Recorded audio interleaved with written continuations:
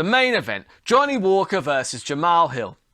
This is a great main event. It could have fireworks written all over it. Now, for me, the key thing with Johnny Walker is I do think he was overhyped too early. A couple of years ago, after he landed that brilliant, I'm not taking away from it, it was a brilliant flying knee knockout Kirkinov.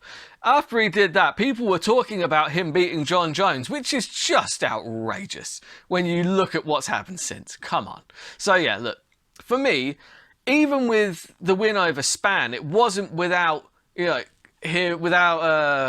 what's the word? Without him getting clocked. He didn't make it easy for himself, is what I would say. Because he dived in to do something spectacular, he didn't time it properly, and he walked onto a big shot from Spann, which almost put him out.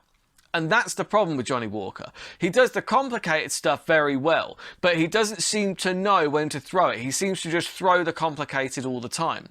But what you've got to do is that there is a time and a place for the complicated. It's better to do the simple stuff well than the complicated stuff badly. And that's where I think he's going to come unstuck here. Jamahal Hill does the simple stuff very, very well. There's nothing too flamboyant, nothing too spectacular about what Jamahal Hill does. But what he does is very effective.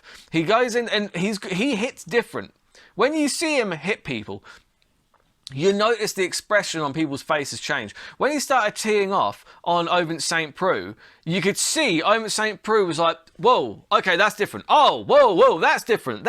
And then it was game over. Similar with Jimmy Crute. He just overwhelmed Jimmy Crute, and he's very fast. He's got really great hand speed because he doesn't carry a lot of muscle. You can tell that he's not like in there kind of doing loads of weight training, and he's not a huge muscular fighter. Johnny Walker's pretty ripped. If he clearly does some kind of weight training. I'm not saying that Jamahal Hill he probably does do some weight training. It's just you don't see him carrying that big bulky muscle around with him, which is a real advantage because, especially when the fights go into the later rounds. That being said, Johnny Walker did go 5 rounds with Thiago Santos in his last fight. And in that fight, I feel like he wasn't reckless enough. It seems like if Johnny Walker could get the balance correct between reckless and just being smart, then I feel like he still could be very, very dangerous. I still think he's got a decent future ahead of him, and we might see the beginnings of that this weekend. Who knows?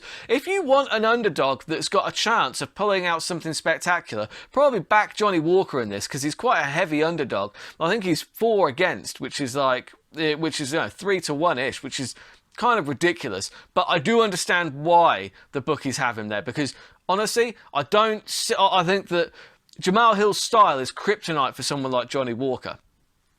But it just depends which Johnny Walker we see. Obviously, we saw him again. We're basing it off of his last fight with Santos and what he's done previously. But if he could get that balance right, and he is training with John Kavanagh. John Kavanagh's, he is a very good coach, and his judgment is going to be quite good. He's going to be reigning in the chaos of Johnny Walker, trying to get him to time those attacks more cleverly. And John Kavanagh is an excellent coach. I mean, or at least I thought that until he started spouting off about how Conor McGregor was winning the first round against Dustin Poirier. With respect, John, no. no, he was not. Could he have won the rest of the fight? Sure. The fight wasn't over before his leg broke, but he was not winning that round. You're out of your mind. Anyway, moving off from that, back to Johnny Walker against Jamahal Hill, which is an incredible main event. I think that Johnny Walker, he's going to be patient like he was against Santos, but I think that's only going to allow Jamahal Hill to find his timing, to find his range, and I think round number 2 is where Jamahal Hill is going to overwhelm Johnny Walker. You're going to start seeing Hill hit Johnny Walker, and you're going to see the expression on Johnny Walker's face change, the same as it did for Ovince St. Preux, the same as it did for Jimmy Crute. And you're going to see that expression go from, oh, this guy, he punches like pretty lightly, he's smaller, he's got speed over me, that's all, to crack, oh, that hurt, oh, that's different, that hurts, because that's the kind of power Jamahal Hill's got. He hits different. He does.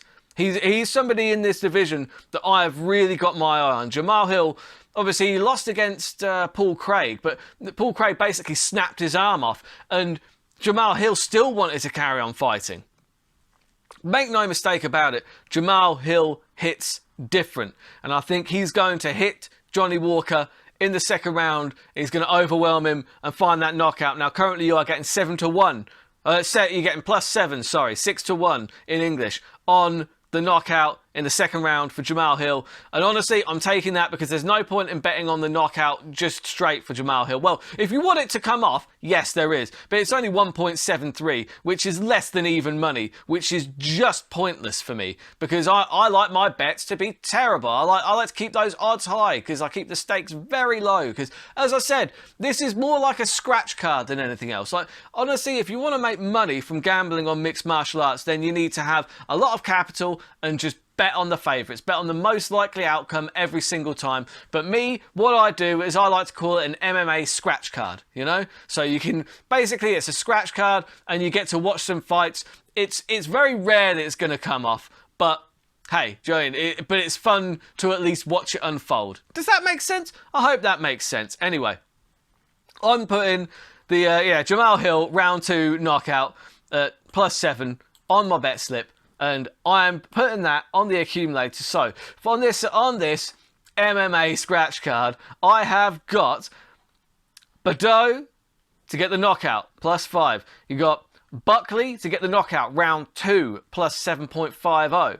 Then you've got Jim Miller to get the submission at any time 4.33. Then you've got Jamahal Hill round 2 knockout at 7.00. Then you've got the ACCA coming in at 1,161.33 to 1. That is absolutely terrible. And so we'll see how these bets come off. It'll be Tuesday, Wednesday or Thursday of next week. I do apologise. The schedule has not been as rigid as it has normally. I've had much more stand-up gigs to be going out to, so it's kind of delayed some episodes here and there. But thank you for bearing with me. Thank you for all of your support. Let me know who you're betting on in the comments, please. Let me know if there's any odds that you've seen that you think, yeah, that's worth a go, because I'm always interested to see it. And as always, enjoy the fights, keep those odds long, keep those bets terrible, and I will see you next time.